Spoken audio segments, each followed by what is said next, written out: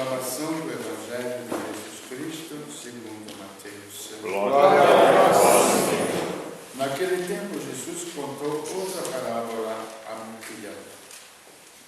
O reino dos céus é como um homem que semeou boa semente no seu campo. Enquanto todos dormiam, veio seu inimigo, semeou joio no meio do trigo e foi embora. Quando o trigo cresceu e as espigas começaram a se formar, apareceu também o joio. Os empregados foram procurar o dono e lhe disseram: Senhor, não semeaste boa semente no teu campo? De onde veio então o joio?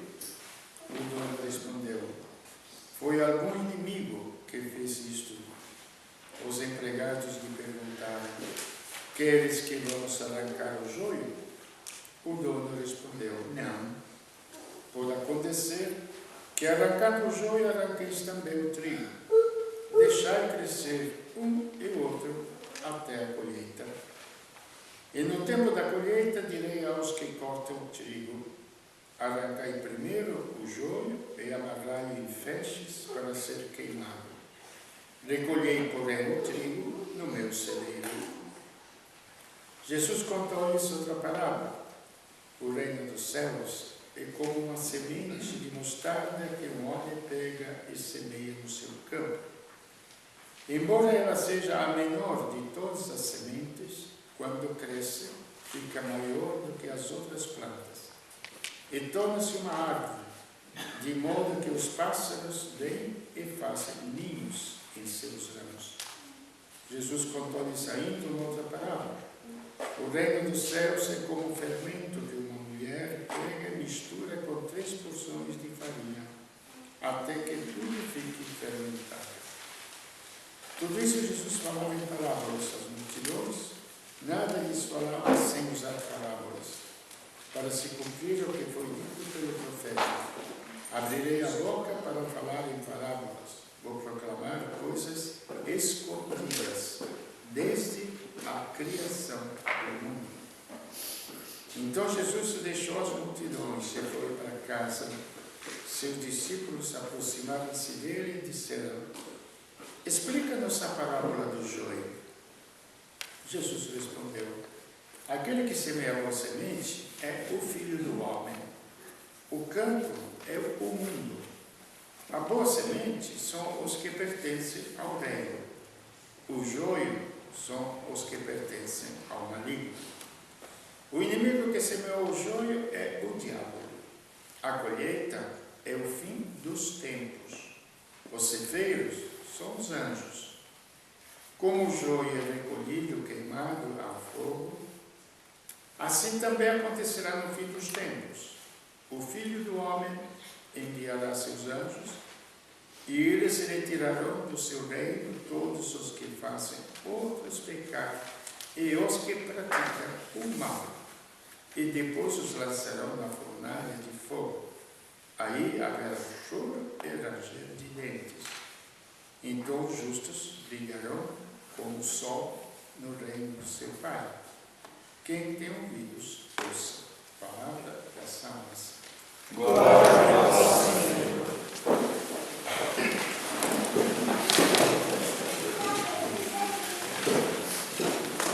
Jesus falava em parábolas.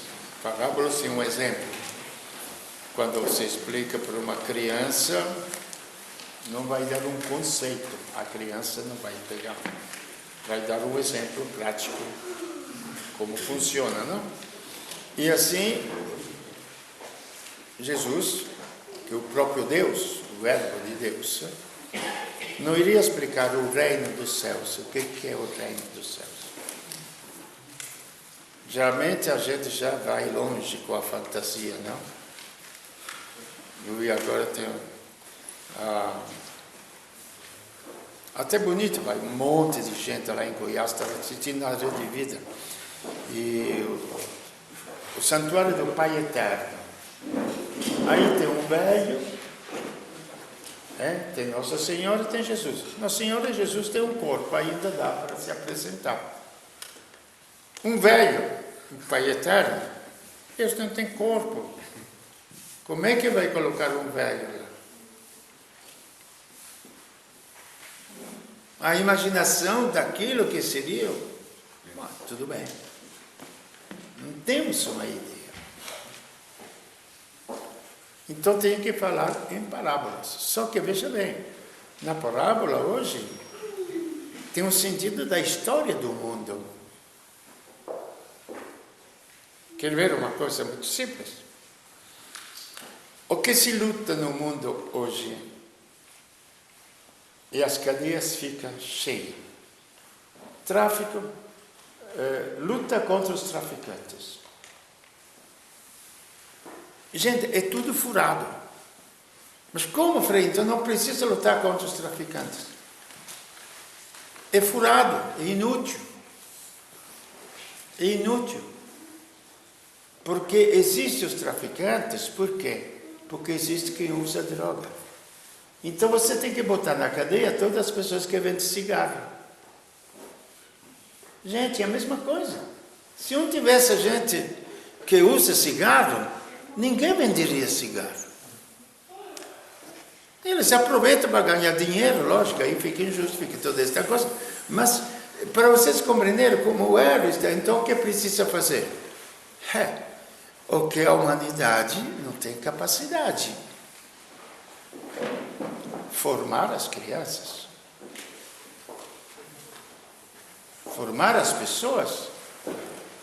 Dar um sentido à vida às pessoas. É só assim que vai poder lutar, não contra a droga, mas acende uma luz para que as trevas que a gente usa se ilude com aquilo que vai fazê-lo feliz com a droga, depois fica escravo. Isso é um dos tantos exemplos. Um dos tantos exemplos. Não? Então, o que acontece? A história do mundo é uma história muito simples. E o problema de acreditar em Deus, gente, acreditar que Ele exista, tanto faz.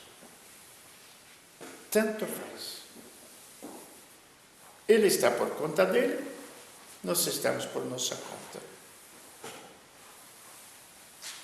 Se Ele não intervém na nossa história, não vale a pena. Deus intervém na nossa história. Quando a gente está em apuros, meu Deus, me acude. Não é assim que a gente faz? Meu Deus, me acude. Quando tudo acaba, que não tem mais solução para nada, meu Deus, me acude. Não é assim. Ele entra diretamente na nossa história. Por quê? Ele sustenta, temos as leituras de hoje, Ele sustenta o universo. Quer ver uma comparação simples? A gente não percebe, não é? Vocês percebem que existe o ar? Não. A gente usa ele o tempo todo. Se o mundo ficasse 5 minutos, 10 minutos sem o ar, o que acontece? O universo inteiro fica um cemitério.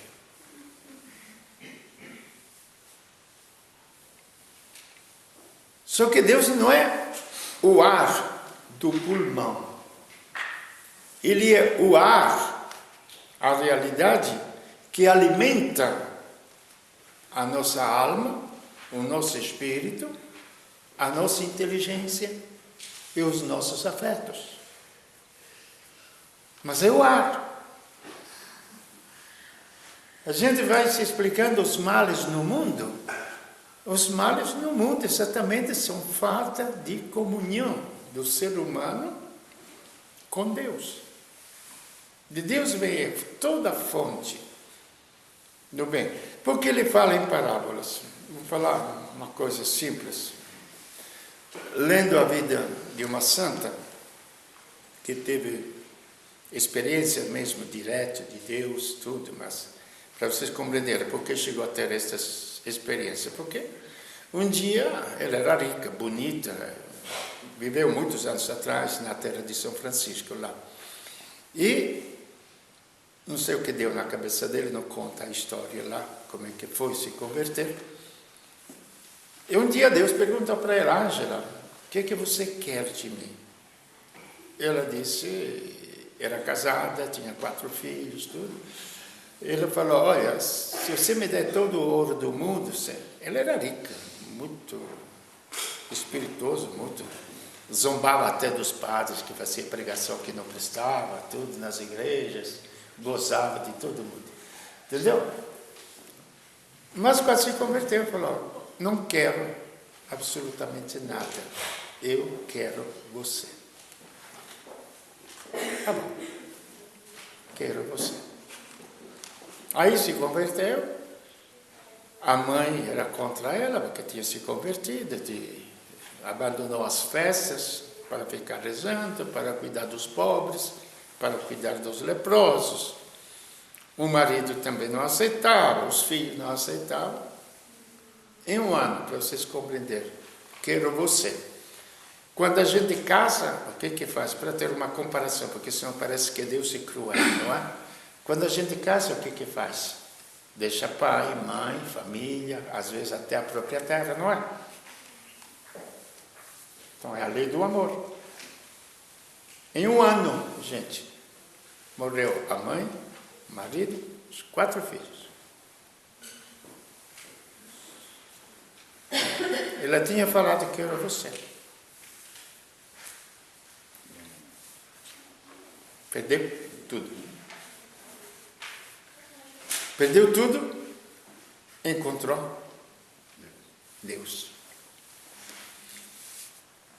E a gente fala, o reino de Deus é uma realidade? Sim é.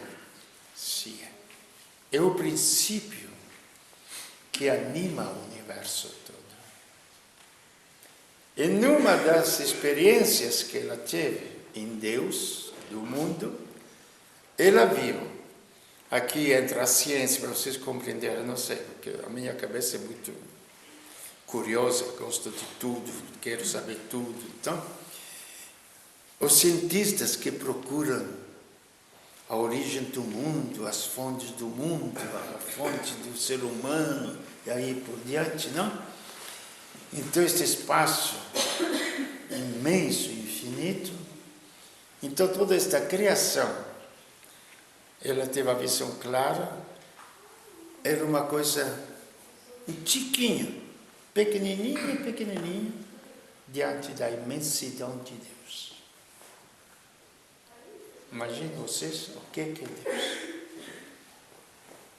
Infinitamente mais do que todo este universo material que nos circunda.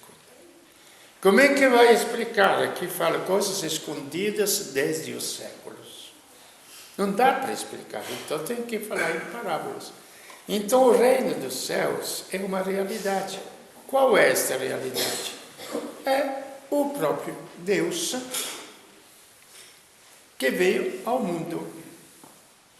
E veio, insisto mais uma vez, já insisti tantas vezes até chatear vocês ou outros, veio numa pessoa que se chama Jesus Cristo. E naquela pessoa que nós encontramos Deus visível. Aí não precisa usar a imaginação, não precisa criar ilusões de línguas, de coisas. É muito visível. Ele, a história do mundo. O mundo está baseado nele.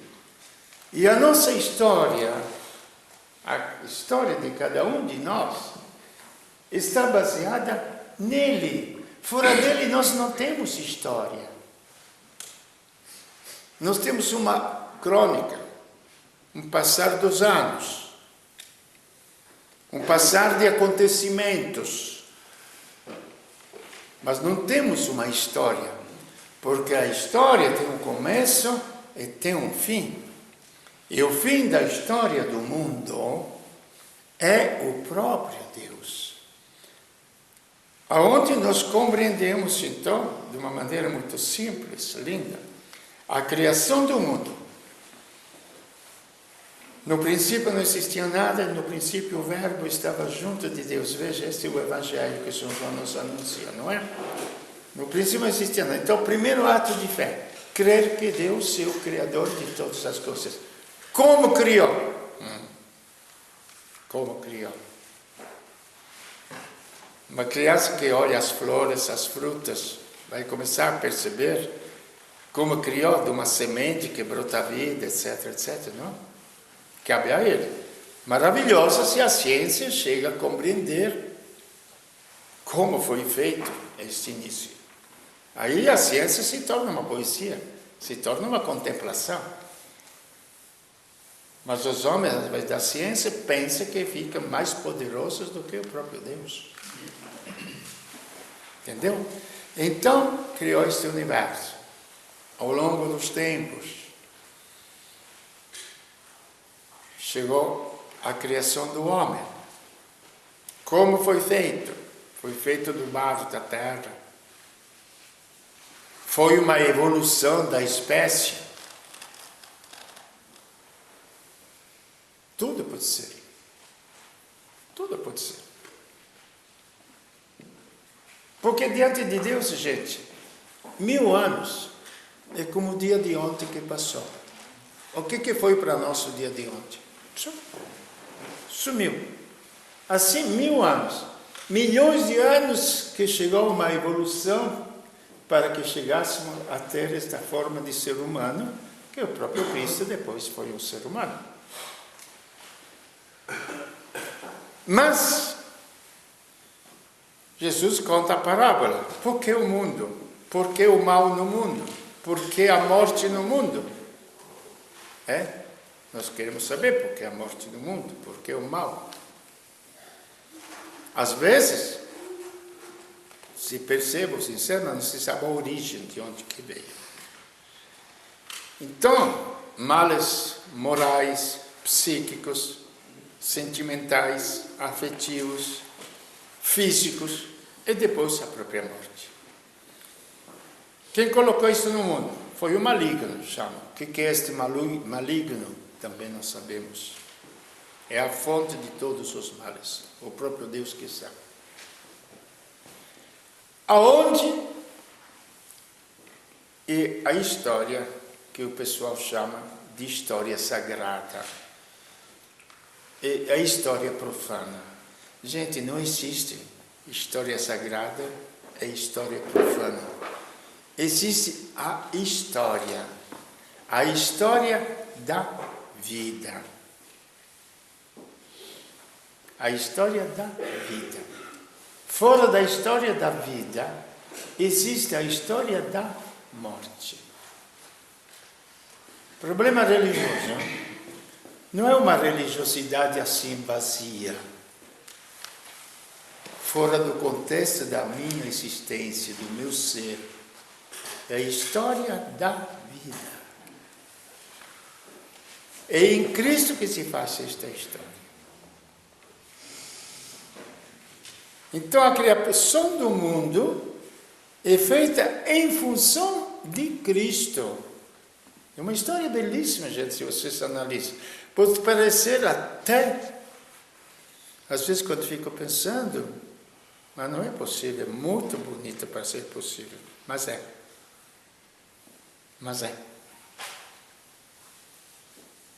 O mundo não está tão perdido como se possa pensar. Porque Deus veio viver esta história da humanidade. Por isso que Ele se fez homem. E Ele que fez? Veio no mundo, assumiu a condição humana. Por que veio ao mundo? Aqui ele fala do desfecho. O joio é o trigo, o mal é o bem. Então ele veio para condenar, não, você vai para o inferno, se você fizer isto vai estar perdido, você está condenado, não? Tem pregadores que fazem isso? Não sei. Tem? Por aí? Jesus não veio para isso. É como se o médico falasse para um paciente: você está doente, você vai morrer mesmo, porque você está doente. Então você é pecador e você vai morrer mesmo, você vai para o inferno mesmo porque você é pecador. Não. Jesus falou claramente: eu não vim para condenar, eu vim para salvar. Eu vim trazer a vida que faltava no mundo. Aonde encontramos a obra salvadora de Cristo, que é relacionado, repito, a cada um de nós, é relacionado ao universo inteiro, é relacionado a todos os tempos. Aí ele veio tirar o pecado do mundo. A gente fala: tu que tiras o pecado do mundo. A humanidade tenta de tirar o pecado do mundo sozinho. Não tem jeito. Não tem jeito. E ele que tira o pecado, mas a gente é tão orgulhoso que nem criança, não é? É que nem criança. A mãe fala: não faça isso, senão você afronta. Teimosa faz. Acontece mesmo, não é assim com as crianças? Assim somos nós. Nós tentamos 1000 coisas para tirar os males do mundo. Mas não procuramos aquele que tira os males do mundo. E o último dos males que Deus tira do mundo é a própria morte. Onde que nós temos o porquê da cruz de Cristo. Nós temos o porquê da cruz de Cristo. Veja bem. O grande mistério da cruz de Cristo. Então, a segunda etapa da história de Deus. Mas é uma história, repito, dentro da humanidade. Não é uma história dele à parte. Porque na cruz de Cristo, ele carregou o quê? É porque simplesmente aquela pessoa foi condenada injustamente? Não. Não. Porque o povo hebreu, nas suas tradições, e como também outros povos de outras formas, já falei outras vezes, repito, porque aqui se trata do sentimento de purificação. Outro domingo falei: alguém de vocês lembra os hindus que vão até o Rio Ganges, aquela multidão imensa no Rio Ganges, lá na Índia, como purificação? Os muçulmanos que vão até a Meca, milhões de pessoas que vão lá para se purificar, pelo menos uma vez na vida, gente. Isso é sentimento universal. O sentimento de purificação é o sentimento universal de todas as pessoas humanas, de todos os povos, de todos os tempos. E os hebreus tinham isto de tirar o pecado, que a gente chama com este nome pecado, de tirar os malefícios, os males do mundo. E tem o famoso bode expiatório, não é? Tem um ditado: eu não vou ser um bode expiatório, não é? Por quê? Porque os hebreus, nas cerimônias deles no templo, carregavam um bode, simbolizando que carregava os pecados de toda a comunidade. E matava o bode fora da cidade, fora do acampamento, porque senão sujava a cidade. Então todas as impurezas do povo tinham que ser fora da cidade. É isso, faziam os hebreus. Não sabia? Não, eles faziam isso, o famoso bode expiatório, não? Era o bode. Agora, veja bem, gente, junte isto, preste bem atenção. Lógico que aquilo era um sentimento de culpa que era tirado do povo, pensando que ficava livre do sentimento de culpa. E quando falo de sentimento de culpa, gente, temos que pensar, cada um de nós, quando faz alguma coisa errada, que tem consciência que não queria que fosse, mas fez, como a gente fica mal, não é? Acontece com vocês? Pô, eu dei uma resposta errada, não devia, eu falei isso para a pessoa, não devia. Como fica mal? Imagina outro sentimento de culpa de outras coisas. Então é uma coisa muito real dentro da gente. Então esse sentimento de culpa era colocado no bode expiatório, todos os males, que roubava, isso, aquilo, não? Homicídio. Cristo, preste bem atenção, reflita bem. Morreu aonde? Na cidade ou fora da cidade? Fora da cidade.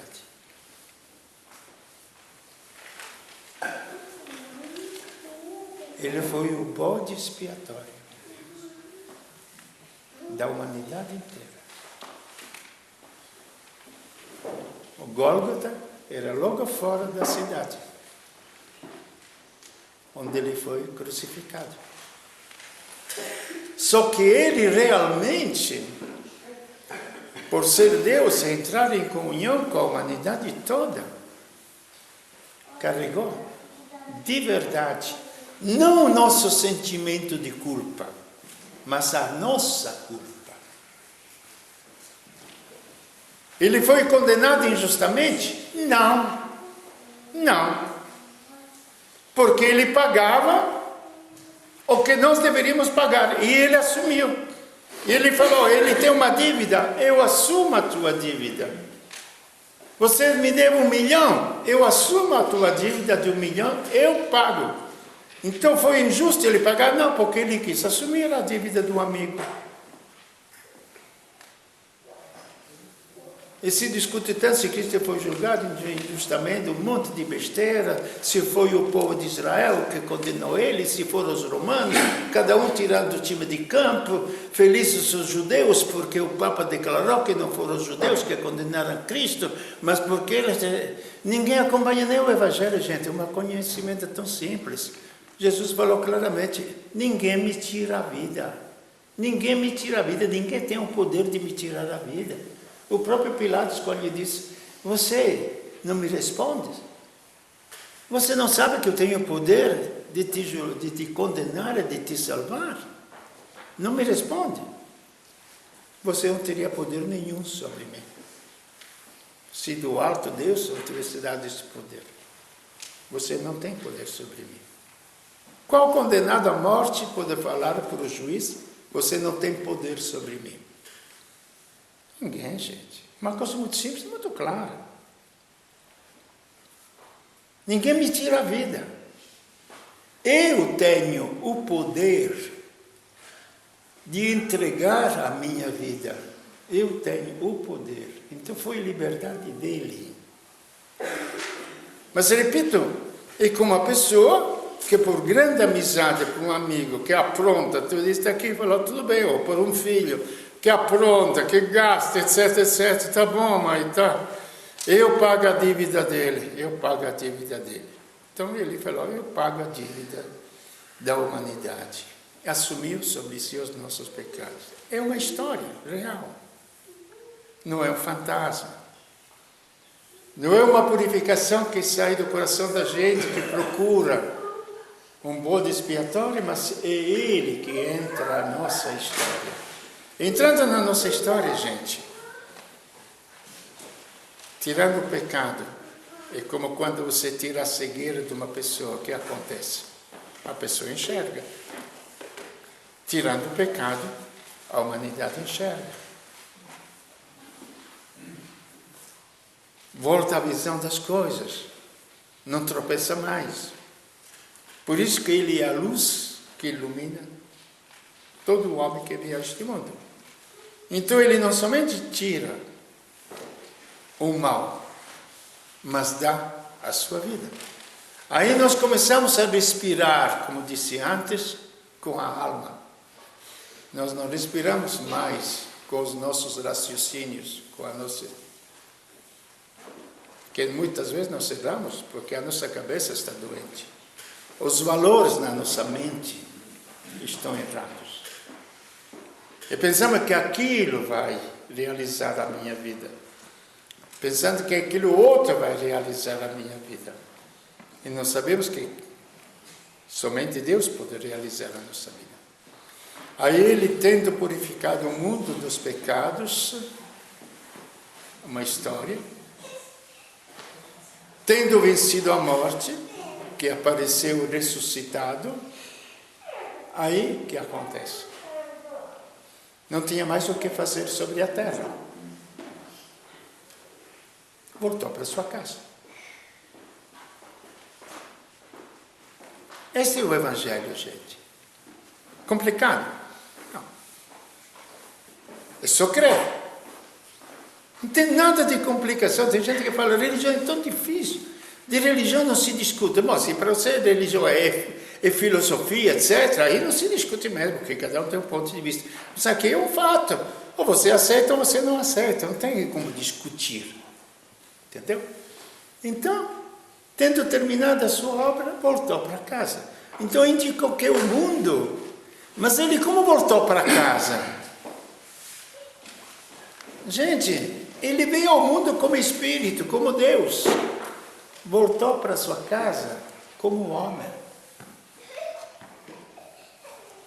Levou a nossa materialidade para junto de Deus. Criou aquilo que nós chamamos de homem novo. O homem não sujeita mais à própria morte. Por isso que se chama de vida eterna. Não é o céu ou o inferno. É vida eterna. Criou esta vida imortal porque venceu a morte que não pode mais nos atingir. Ela foi eliminada. Mas não foi somente isso. O famoso,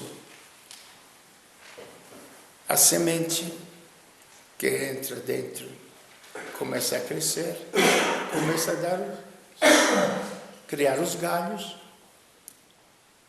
começa pequenininho, começa a crescer. É o reino de Deus, é a vida de Deus em cada um de nós. Porque se não deixarmos crescer ela ainda neste mundo, vai dar frutos maravilhosos, que nós podemos ver como exemplo assim mais eclatante, depois no pequeno, cada dia, cada momento, não? Nos grandes santos. Quem era uma Madre Teresa de Calcutá? 1,50 m, feia pra caramba, feia de doer. Me disse um padre que viu ela em Roma, disse, era feia de doer.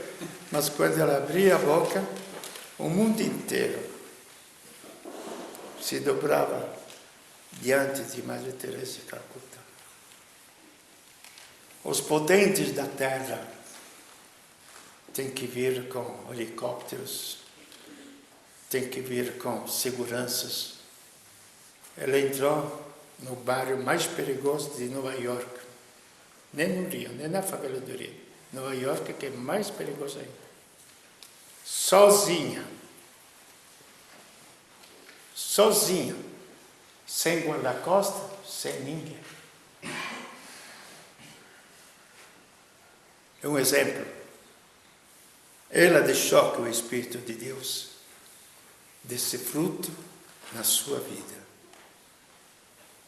Não somos todos chamados a ser uma Madre Teresa de Calcutá, mas no nosso dia a dia, pode ser na família, pode ser no trabalho, pode ser até servindo o povo, política.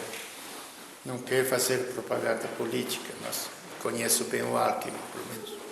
Não sei agora a vida dele fora, que conhecia bem o primo dele, trabalhou muito comigo nos encontros de jovens. Então depois conheci ele, me encontrei várias vezes, e um dia ele me perguntou: Frei, o que o senhor acha dos católicos na política? Eu respondi para ele: só se for santo. Só se for santo. Então o senhor tente de ser santo se quer ficar na política. Então também lá pode dar os seus frutos. Também no comércio, também no uso do dinheiro, também nas indústrias, aonde que for, pode dar os seus frutos. Mas sem santidade, gente, não tem jeito. Nós ficamos escravos do mal, escravos do pecado que habita dentro de nós. Então não são os ambientes que nos fazem maus. Somos nós que criamos os ambientes maus. Nós que criamos as categorias da sociedade que não prestam. É sempre a consciência do ser humano, gente. Prestemos bem atenção. O grande, único princípio da renovação do mundo. Termino com uma história para vocês compreenderem melhor, e que vem exatamente dessas parábolas do reino, que é como uma semente, que é como um fermento que vai dentro do coração. Porque o destino depois do ser humano é exatamente Deus. Que Deus voltou. Cristo voltou para seu Pai, na sua casa, como. E a ele, depois que tirou todos os males, foi sujeito, e será sujeito, o universo inteiro. Ele falou claro. Quando Pilatos perguntou, você é rei? Eu sou. Mas que rei? Mas o meu reino não é este aqui de vocês. Se o meu reino fosse daqui, os meus súditos lutariam para me defender. O meu reino, mas eu sou rei. Não é deste mundo, desse tipo de reino que vocês pensam. É outro reino. Então ele será entregue depois o universo inteiro. Bom, pagou por ele, não é? Pagou.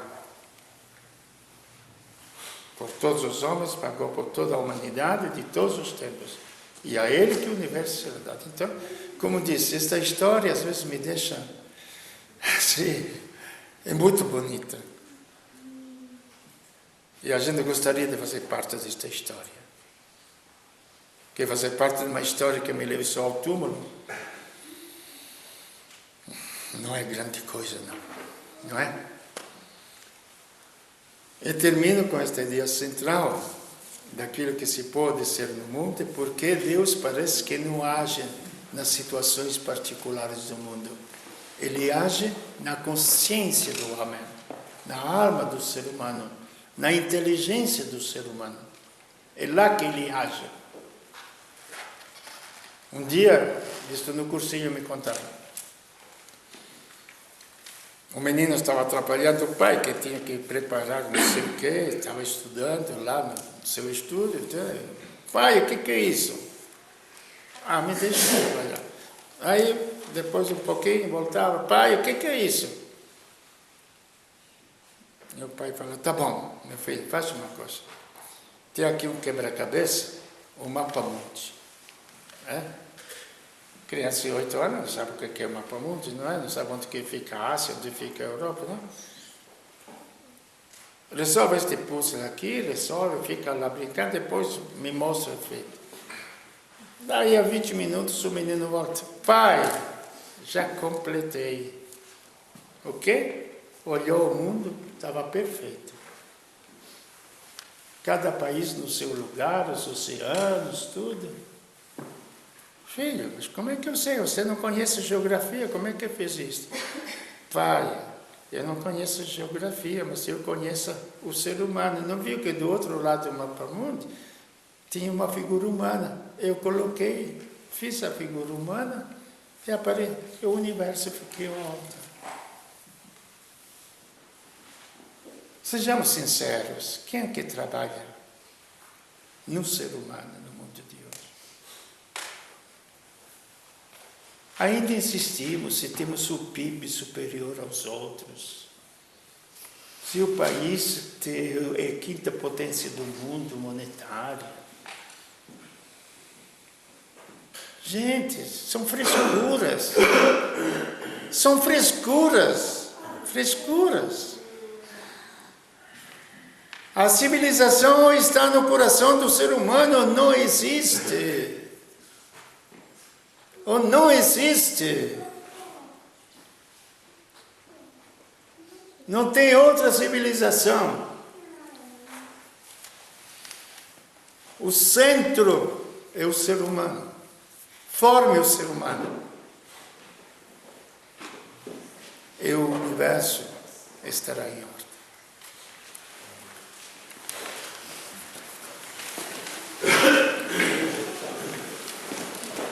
Creio em Deus Pai,